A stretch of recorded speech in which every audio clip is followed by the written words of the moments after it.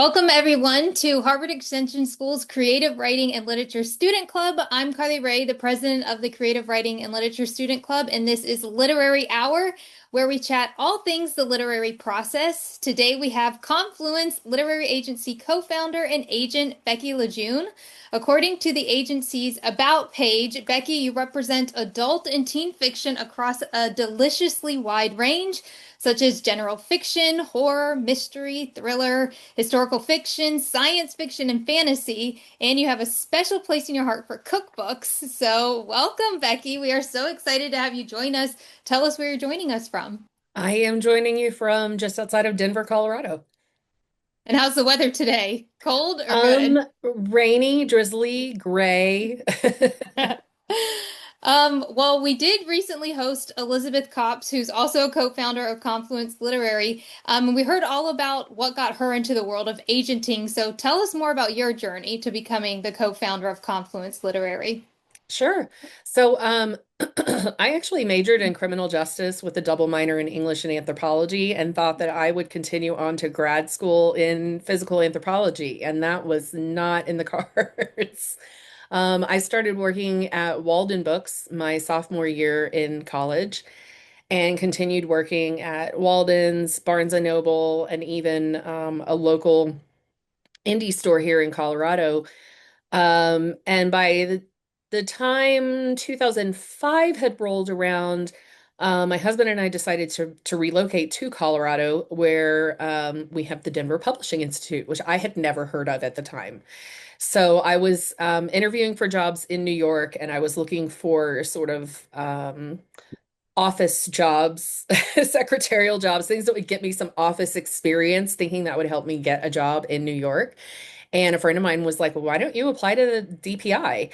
And so I did, and I got in, and it was great. Sandra Bond of Bond Literary Agency, was part of the staff at that time. And immediately out of DPI, I got a job working for 2 years as a managing editor on Cookbook imprint. And then after that, I spent 5 years as an acquisitions editor with a small regional history imprint. And then kind of decided at that point that I was doing all of the things that an agent would do, except that I was working on behalf of the publishing company and I wanted to work on behalf of the authors themselves. So I reached out to Sandra. She and I were going to be at a conference at the same time. We ended up having coffee. She remembered me from the Institute, and I started working with her, and I've been there ever since. Yeah. And then you recently became Confluent or Bond joined with okay. Yep, yep. Yeah. So how did the transition work? Like, is it more boutique now? Are you expanding your list? I know you mentioned like you have a list of people that refer to you now. Yeah, I've been closed to queries except for invitation and referral for a while. And yeah, we're still operating a lot of the same ways that we used to as Bond and as Cops, but together now, there are the three of us, Sandra, myself, and Elizabeth in charge, and then we have two junior agents other under us who are building their lists with some genres that the three of us haven't previously been working in. So yeah, we're a small agency. We're kind of dividing and conquering and building up a little bit to shore ourselves up for the future. And it's really great because we were already very close and sharing resources and like, oh, have you talked to this editor? Have you tried this guy? Have you like, try sending so and so to this person? I just had a conversation with them, and now we're all doing it officially in-house. Now one question I had is like when a writer signed with you with Bond, did that just carry over to the new agency and then it's just an updated contract, like nothing changes really? Sort of. So we and most agencies have a stipulation for what happens if we are to leave agenting or if the business were to sell, because we do have to keep track of and keep managing um, contracts and statements for projects that we've already sold. Because we have an allowance for those projects to stay in-house, but for the authors to have the option of working with the new agency or not. I just have a little addendum that I created that was a continuation of representation saying, yes, I do want to follow you to Confluence, that sort of thing. So. Okay. Well, Confluence has an expansive list of authors, so if you could recommend one thing to aspiring writers on their journey for finding the right agency, what would it be? Research, research, research, research. And I'll add to that, reaching out and building the community around you, making actual relationships with other writers who are in the same boat as you or who have established themselves with an agent. And that way, once you start doing your research and you start looking into agents that you're interested in working with, you can see, oh, hey, they work with this author and I'm friends with them online. And you can reach out and say, if you don't mind, would you, tell me what it's been like working with this person?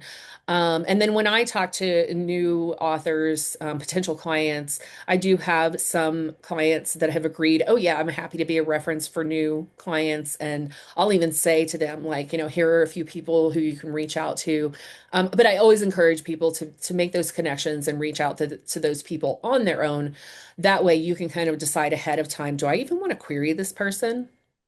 Yeah. Well, Elizabeth discussed too, like how if a client has a novel and it goes to the big screen, like kind of like what that looks like. Can you share more about that process? Like, do you see like an author, like if they're interested adapting it first to film, or do you get a film agent that says, "Oh, I just read this book and I want to turn it into something for the screen"? It's a little bit of both. It's a little bit of there's like the added part of scouts, people who are constantly reading with an eye to recommending things for adaptation. And so those people will sometimes reach out to us as an agency or to the client directly and say, I'm curious what the rights availability is. Can you put me in touch with, the right person to speak to? So it's really, I would say there's less impact if the author really wants it adapted. It's a little bit more reliant on that film agent or those scouts or people involved in the industry who actually stumble across the work and then start the process of inquiring about those rights. The flip side of that are the film agents, of course. Some authors have their own film agents. We, as an agency, do have a film agent that we work with for those clients that don't have devoted film agents. So we have film representation in place for all of our clients, whether that be through their own film agent or the film agent that we work with. And if those agents are particularly passionate about a project, they'll put together a package and start shopping that around as well. So there are a few different ways that it happens, but it's usually inside the industry, the film industry itself. There has to be some kind of interest or connection that's going on first. Yeah. Now, a book, like if it does go to a publishing house, it is a long process, or it can be like a couple years. Is that the same with film, or it does Oh, it yes. faster? Yes. Oh, yes. So film, we used to have an option agreement, which is still a thing. That would be somebody that's interested in reserving the rights to that project for a period of time, and they pay money up front so that nobody else has the ability to do anything for whatever that period of time is. Now there's an added layer of something called a shopping agreement, in which case there's not usually money transferred, but the understanding is that the person who is securing the option or securing the shopping agreement is actively putting together a package and going out seeking funding in order to get that option agreement in place and then get the actual product into production. Well, let's talk about your list, kind of what you represent. Tell us more about your current clients, projects that you're looking for right now. You did mention horror. I do a lot of horror. Horror is my baby. It's what got me into reading in the first place, so it's probably always going to be where my heart is, to be totally honest. But I read really, really widely, and I represent within what I read. So in terms of what I'm looking for right now, because I am so horror heavy, I'm always going to be looking for horror, but right now I am kind of looking for some more thrillers and some more science fiction. One of the reasons for that is just because I am a mood reader. And so I get hooked on something and I'm like, oh, I want more like this. And so We just finished rewatching Lost in Space with my 7-year-old. We are all reading Project Hail Mary and planning on going to see the movie. So I think I'm in a little bit of a headspace for science fiction at the moment. And I do always love thrillers, those fast-paced things you can read in one sitting, or one or two sittings, full of twists that you can't predict. That's sort of my second love. My grandmother was a big reader, and she was a member of multiple mystery book of the month clubs. And I would just go to her house and browse her books every time to see what was new and pick something up. Um, there's not much that I don't represent. I don't really represent romance. I don't read it. I don't know the market. And so romantasy is kind of on the fence for me as well. I'm more into traditional fantasy that would be shelved in the fantasy section, but maybe has a romance subplot, not something that leans heavily on the romance. And again, that's just one of the few things that I don't really read, and so I don't really know the market or the editors looking for it. Yeah. Now, if you do have a current client that has like a Greek mythology fantasy, would you not like, would your queries be open to like not that? Like, I know you said you're a mood reader, so would you look for something totally different that doesn't compete? So I wouldn't say it depends on how closely it would compete. So if the themes and the topics and the plot itself are too close, then yes, I would turn it down saying, I'm sorry, I already have something that's similar on my list. But, simply saying if I have, for example, a feminist horror novel. I would not say I'm not open to other feminist horror novels. It would be specifically the themes and the plot line and how similar those things are. Because I do have connections with editors. I am trying to send them things that are appropriate, and I would never want one client's book to go up against another client's book with the same editor with similar plot lines. That would just be awful. I'd be pulling out my hair, feeling horrible for both of them. Well, we have heard about like speaking of editors, like, they do have certain ideas of things they want to see. So, do you talk to editors about like an upcoming trend and then you kind of adjust what you want in like your slush pile? Not so much. Maybe in a very broad sense, but I typically when people come to me and they'll ask, what should I write next? Or what are editors looking for? Or what are the trends right now? I try to shy people away from that because I feel very strongly that if you're writing the book that you're excited about and you're interested in, it's going to come through to the readers. If you're trying to write for a market in hopes of really latching on to something that's trendy and you're not necessarily feeling it, it's not, in my opinion, it's not going to be the best work, and that's going to come through to the readers as well. So I always encourage everyone to write the story that they feel strongly about, that they feel passionately about. The other thing to recognize too is that if we're really trying to hop on board with a trend, it's almost too late. By the time we know what the trend is, it's too late. Um, you have the book that you're writing, it then has to go through the process of finding an editor. Then it's going to take at least a year to a year and a half before it comes out. So if you're really trying to hit something that's on trend right now, by the time your book comes out, we're well past that.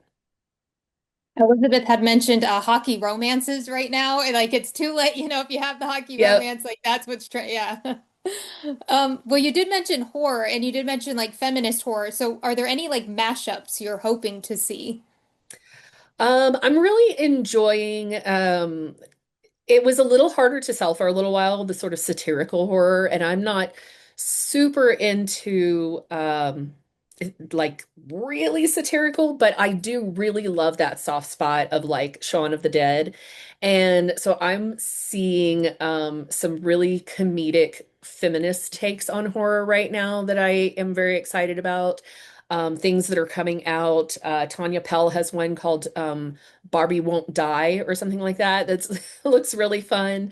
And so I'm seeing that trend in not just touching on the things that are going on currently or the things that are really hot in terms of um, hot being a perimenopause and motherhood horror and trends like that, but I'm also seeing people leaning into the humor of that as well and having a little more fun with it, and I really enjoy that. Well, what about cookbooks? Because you said, you have a soft spot in your heart for cookbooks. So how did like cookbooks ideas, like, do you have certain ones you want to see or take us through that process if we have a cookbook? So cookbooks, I own a ton of cookbooks. I am a huge, huge fan of cookbooks. What I am looking for in cookbooks is something approachable and unique. So I don't shy away from on my own bookshelves. I don't shy away from things like Thai cooking or El Salvadoran cooking, or like I really love to see these focused, um, recipes that or focused cookbooks that are on cultural identity and things like that, and really focusing on how the different cultures have come together to create these different kinds of cuisines.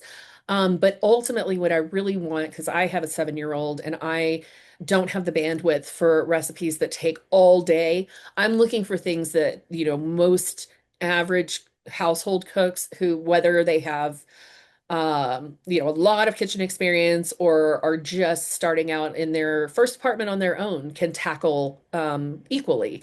And to that end, while I'm open to and looking for those kinds of cookbooks that are focused on things that I haven't really had a chance to have in person or cook myself before, I am looking for things that have ingredients that you can find locally and things like that, whether it be H Mart or Indian markets, or like really taking advantage of those niche markets that are out there and are available, but maybe people haven't really visited before. So I love the idea of a cookbook turning people on to something that they haven't eaten before, something they haven't tried before, something that they can do in their kitchen, but they've never really thought of before, if that makes sense. Yeah. Now, if somebody is querying a cookbook, does that submission, does it look different than if they're, submitting a historical fiction? Do you want to see pictures of the dishes or how does that work? So cookbooks and nonfiction in general, you can propose the project. You can submit the project on proposal rather than having a finished project. And so, with a proposal, we do have proposal guidelines. We've broken it down into overview of the book, marketing for the book, audience for the book, comps. And sample chapters. And so you could come to me with a proposal and sample chapters, not necessarily any imagery to go along with it. And we can go out on sub with that, knowing that you already have a plan of what the rest of the book will look like. But if we get an editor on board, they can say, well, we would like to see, maybe we want to see a little bit more of this, or maybe we want your Korean mom cookbook, but we want it focused on potlucks and get-togethers or something like that. If it doesn't deviate too far from what the project is proposing initially, I think that there's a little bit of room for collaboration in terms of what the editor in the house thinks that they can sell and what might still work for the author and the cookbook. And then the imagery comes next because if you don't have a strong connection to photography or a photographer who can do those for you, the publisher can help hire someone to do that. Okay.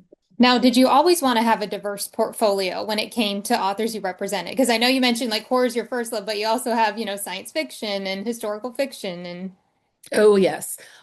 Well into or well back to my bookseller days when we would get advanced reader copies, I had in mind like maybe I want to be the person who's helping get the advanced reader copies out to the booksellers so that the booksellers know what's coming out and they can talk about the things they're excited about. And then I was like, you know what? I think I actually want more than that. I want to be one of the people who's helping get these books that I really love into the market. And so, yeah, if it's something that I love to read, it's something that I want other people to get exposed to, and I want them to love to read it too. So I did kind of go into it with this idea that I would have a um, broad categories that I represent because I read so widely. yeah. Now you did mention like you are open to referrals on queries. So when you do receive a query, do you look at the first few pages, the synopsis, the pitch? Where do you kind of start or gravitate towards? I personally like to see a query letter and the first pages. I never ask for a synopsis in a query, mostly because I want to get an idea of what I'm getting into and then I want to see the writing itself. And a synopsis, as far as I'm concerned, just delays that process. Even with my own clients, the only time I ask for a synopsis is if a publisher wants it. And I have had some cases where either the publisher asks for a synopsis up front as part of the submission, or I have some established authors that we're going out with samples and they want to see a synopsis because they want to know where the book is going to go in order for them to make a decision. The other scenario where I ask for a synopsis, and this is not a blow by blow synopsis, but a really brief synopsis, is if I'm going out on sub with a series. So if I have a client who's interested in writing a trilogy, for example, but only the first book in the trilogy is done, I'll ask them for 1 to 2 paragraphs of the second and third book. So they have that ready to send to the publisher saying, okay, here's the first book for you to look at. Here's where the series is going to go. And the goal of that is to give the overall arc of the story without limiting the author so that when they sit down to actually write the book, it can go where it needs to go. Yeah. Okay, so they're not locked in if the ending changes. Okay. Yeah, yeah. We want the overall idea of the ending, but yeah, Yeah. we want to definitely leave room for those characters and that story to grow itself and work organically. Well, talking a little bit more about the query, like there are a lot of websites discussing, how to craft a query, keep it to like a paragraph. What do you recommend when you like look at one? Can you share any insights to that? Yeah, I'd love to keep it under a page. Obviously, you want to embed it into an email itself if you're following our instructions or even things like Query Manager and stuff. So we're not getting the actual page document, but if you draft it in a Word doc and it's about a page long, perfect. If it's a little bit over, that's not bad. What I really like to see is the equivalent of what you would see on the cover copy of a book that you're picking up in the bookstore. So you may or may not want to use a call out. It's like one line, nutshell, grab your attention.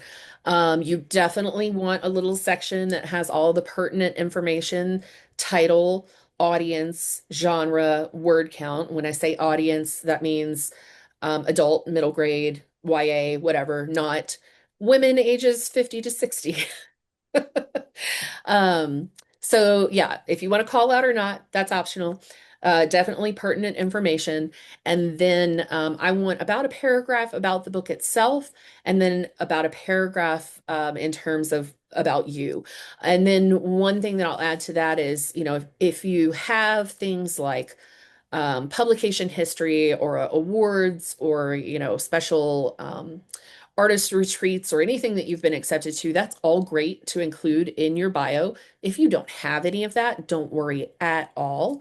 But I have to stress to people, if your day job has something really pertinent to do with the book itself, I want to know that.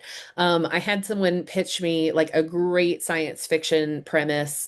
And then when I asked them through, this was a face-to-face pitch, so I had the chance to ask questions, which you don't have with queries. I said, well, what do you do as a day job? And they were like, oh, I'm a mechanical engineer. I consult with NASA. And I was like, you're writing science fiction and you're working with NASA. Like that should be in your bio. So yeah, all of that kind of information. It's not a dating profile. I don't need to know that you like long walks on the beach, unless a long walk on the beach is what inspired your, I don't know, science fiction about jellyfish taking over the world or something like that. Now, how important is the title when somebody's querying? Because, you start thinking about it. Is that something like, jumps out at you when you're looking at it? Like, what do you recommend if we're struggling to find a title? It can. I recommend not stressing about it that much because honestly, I am horrible with titles. I will go with whatever the author sends me unless it's truly terrible, and then we might workshop something for the pitch. But by the time it ends up with a publisher, they may change the title anyway.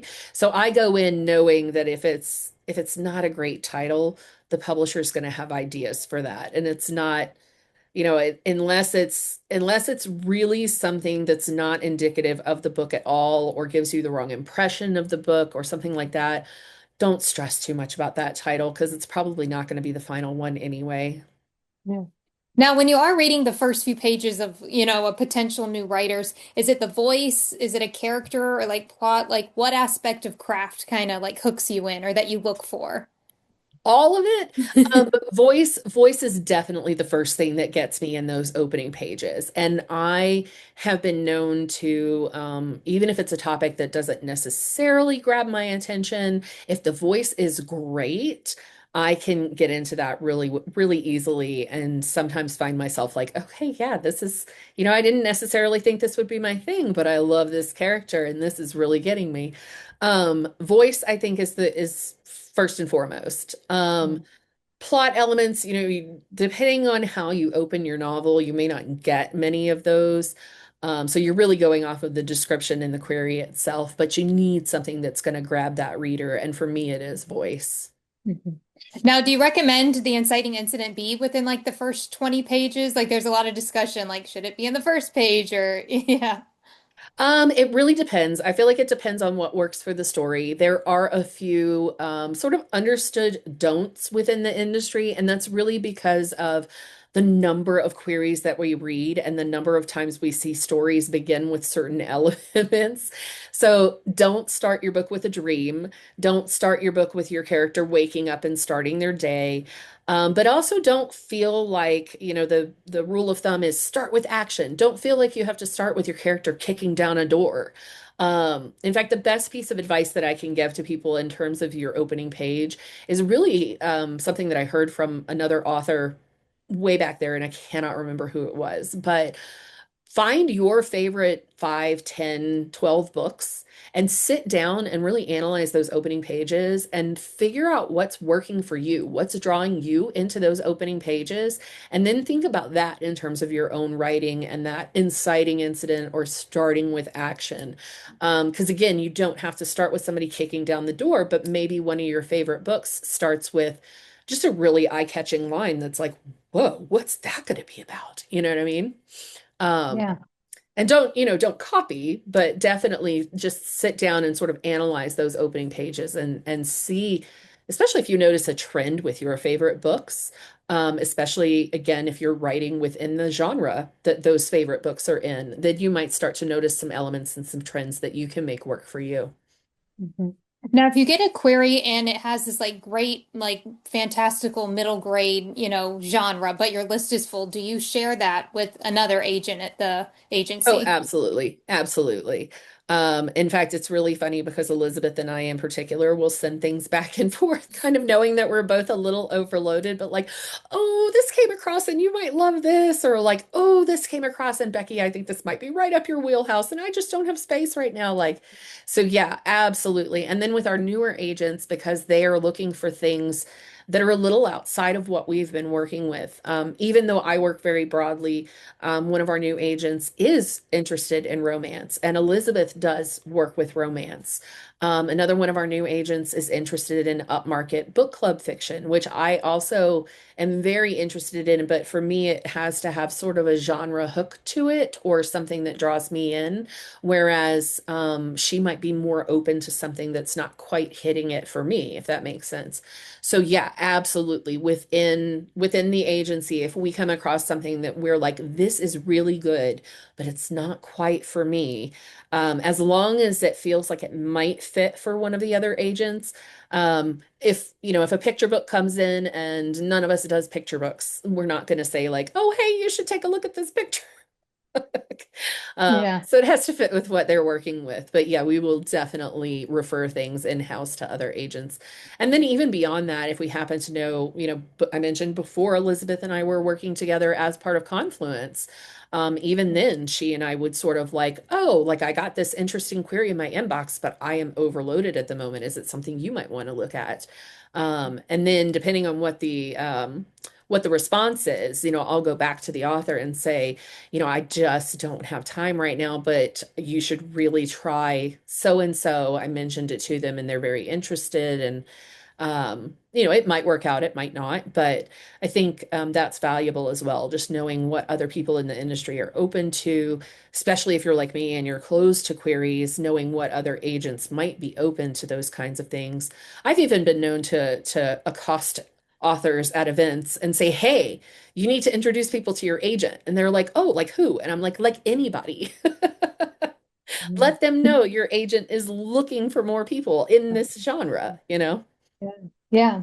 Well, in some courses, we've discussed comps, and you kind of mentioned that like in a query. So, do you prefer seeing recent comps, like, a Rachel Hawkins novel or a novel that might not be a bestseller yet? I'm a little less picky when it comes to comps. I want to see comps that I recognize. So I don't want very um, obscure philosophy recommendations or things like that. But I do want and I want realistic comps. So I don't necessarily want just like the biggest name book of the year. I mentioned Project Hail Mary. Like if you were going to use Project Hail Mary as a comp, it better be an appropriate comp. So I like to see appropriate comps that give me a sense that you read within the genre that you're writing. But beyond that, my expectation for comps are more, what are the vibes? What am I getting into? Is this the um sisterhood and magic of practical magic meets the, 80s kids on bikes of Stranger Things, that kind of thing. So I don't mind video games, movies, TV shows. There's a different conversation that happens with comps when you get to the agent level and when we are pitching to publishers. We have to look at comps that are within a certain amount of time and have done well in terms of sales, because the expectation is that we are putting together this pitch for a publisher saying, and yes, you can expect the audiences of A and B to be interested in this book. And then they can say, okay, well, we know how sales did on A, we know how sales did on B. This is how we expect the book to go. It's not always accurate, but those are the kinds of things that we have to think of when we get further into the process. And I don't really want or expect authors to keep in mind, like, oh God, did this book sell well? Or is this going to make it sound like my book's not going to sell? I just want it on a query level, to give me a sense of what I'm getting into. Okay.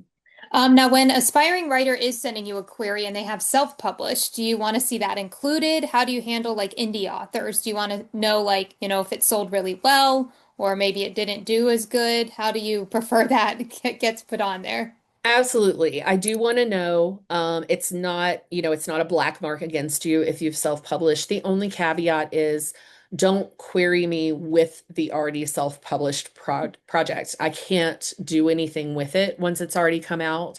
In the back of my mind, because I do work with some hybrid authors and I do work with some authors who have published in the indie space first, I do want to know how well those projects have done. I do want to know how well the other genre authors in that industry have accepted the book, if you've been nominated for awards, things like that. Again, if you've not, it's not anything to be embarrassed by. Um, but it's all pieces that I can use later on. But definitely don't hide the fact that you self-published something. At some point in the querying process, if I'm seriously looking at a potential client, I'm going to look you up. I'm going to see if you have a website. I'm going to see if you've published other things. I'm going to find that out. And I might even ask you, like, hey, I see that you self-published this thing, but you didn't mention it. So we've moved away from the idea that, this is like a something to be ashamed of. It's not. It's all ammunition. It's all information that I can use at some point.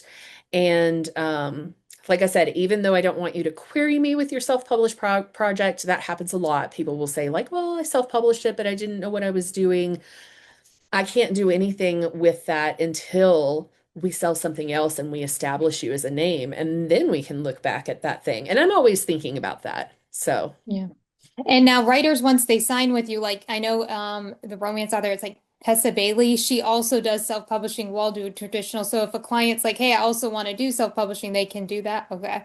absolutely. Like I said, I have certain genres that I don't work with. Yeah. Erotic fiction, extreme horror. I am not I get really squeamish. I love horror, so it has to be pretty extreme for it to be too extreme for me.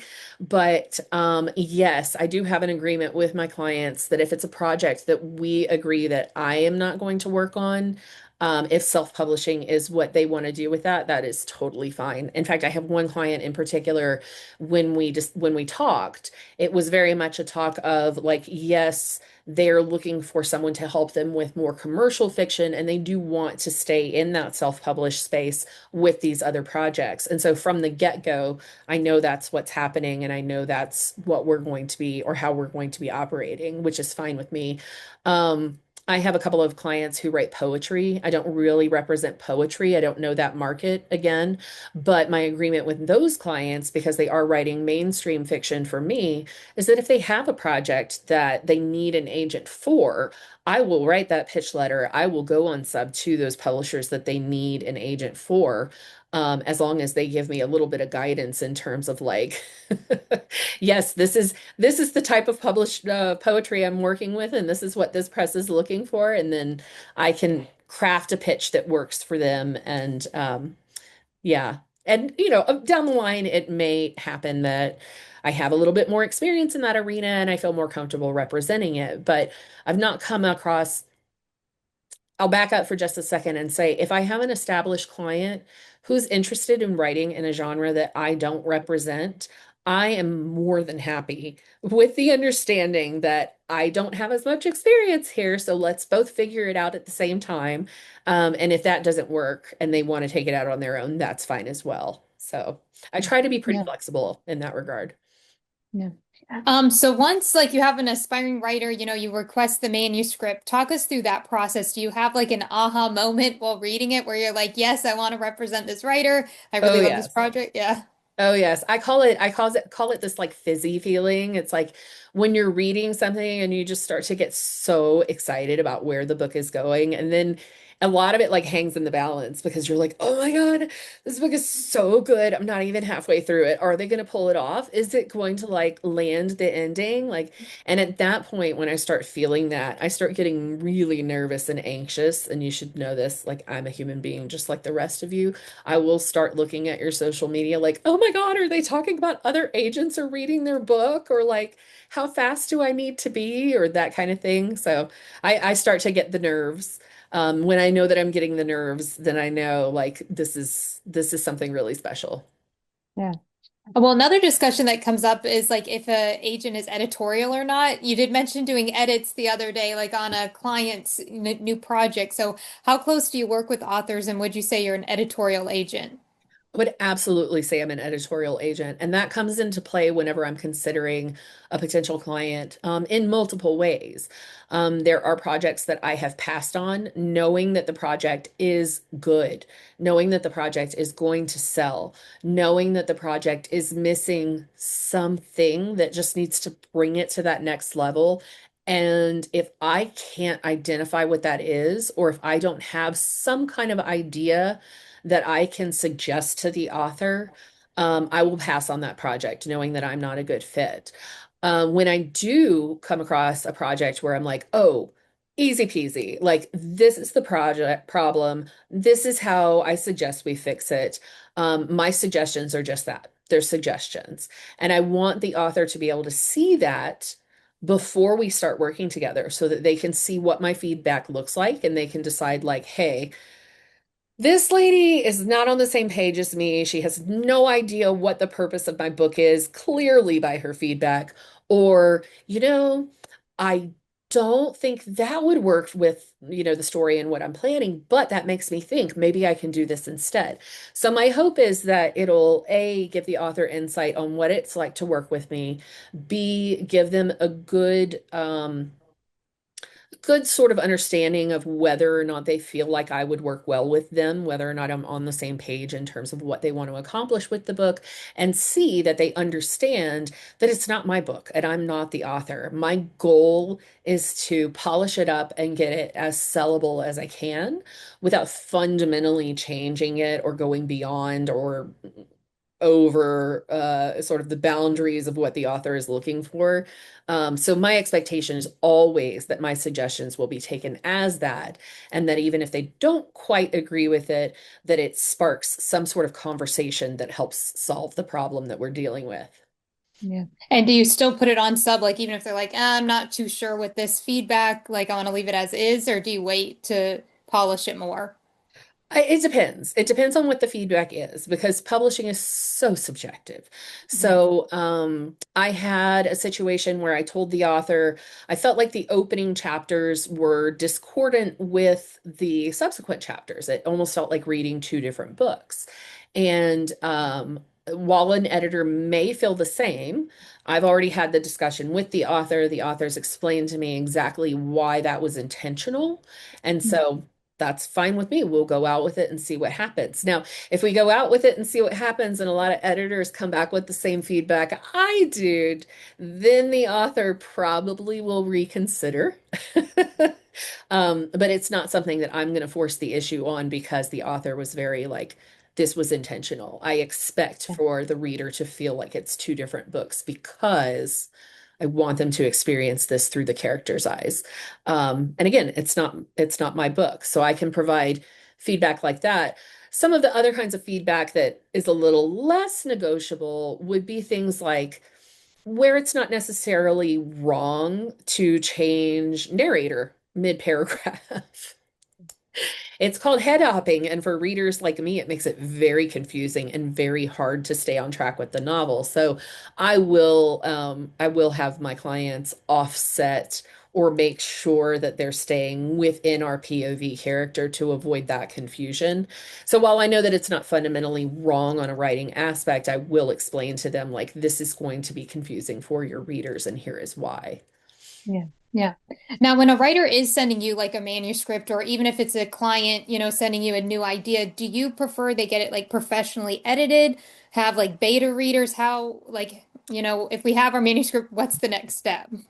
Beta readers, critique groups, those are great things. And I absolutely encourage people to be part of a critique group or to find beta readers, especially if they're worried about sensitivity reads and things like that. Absolutely. Take advantage of critique groups, find beta readers. We're not talking about like your aunt who loves everything that you write and thinks you're perfect. Like we're talking about actual other writers and readers who can take a look at the book and give you honest feedback. But no, I don't recommend that authors find professional editors first. In fact, I caution writers who are looking to do that. Um, if you decide to go the route of hiring an editor first, again, do your research, talk to other people that have worked with them, make sure that you're hiring an editor to accomplish what you want to accomplish. If you feel like you need help with the developmental process or pacing, make sure you're hiring a developmental editor who works within that genre and has a history of being able to do that. You wouldn't want to hire a line editor who's just fixing all of your commas when you really need a developmental edit. And in those cases, there have been situations where I've come across a revise and resubmit, which means that I like the book, I like the style, but I need to see if the author can fix the issue. And if it's bad enough, and by that I mean if it needs that much in terms of developmental work and plotting and pacing work, then yes, I would say, a developmental editor could be helpful. But I want authors, I mean, this industry is so hard to make money in to begin with. And I don't want someone starting right out of the gate in debt because they've paid for somebody to edit a book that's going to go through an entire editorial process in the first place. Yeah. Well, kind of transitioning to life as agenting before we open up for questions, walk us through a day in your life when you are agenting. Do you have like certain days for like editing, certain days for the query referrals? So I was diagnosed with ADHD in perimenopause. So I'm still trying to figure out what works best for me. And what I have decided is if I split my day in half, at least in half, and say I'm going to work on emails and or pitches and submissions, and then I'm going to focus the last half of the day on edits. Or if I break it down even more than that, if I say I'm going to spend, 20 minutes working on emails, I have a to-do list. I try to stick to the to-do list. The thing to understand is that in this industry, the to-do list has to be flexible. It has to be able to be thrown out the window and returned to another day because there are always things that come up. This morning, I woke up to news from an editor who emailed me at midnight saying they were taking a book to the team. And so, could we get some more sales information? So, my day already had to start off on okay, I have to pivot from what I was planning to do because I need to get this information to this person now. And I did. I spent the morning working on that. And then I told you I spent the rest of the day working on edits. So I try to make space for that flexibility. I try to keep a list of what are the most important things that I need to get done during the week. And then on top of that, I try to leave myself some space for editing. And for burnout, because you get to a point where your brain just doesn't work anymore.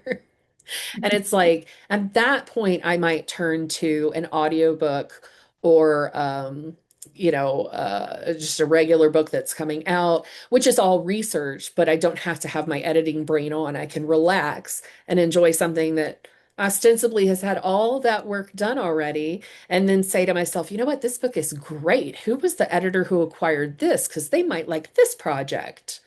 So. Well, thank you so much for joining Literary Hour, Becky, and thank you to everyone watching and who attended tonight. I hope you all have a great day or night, depending on where you are.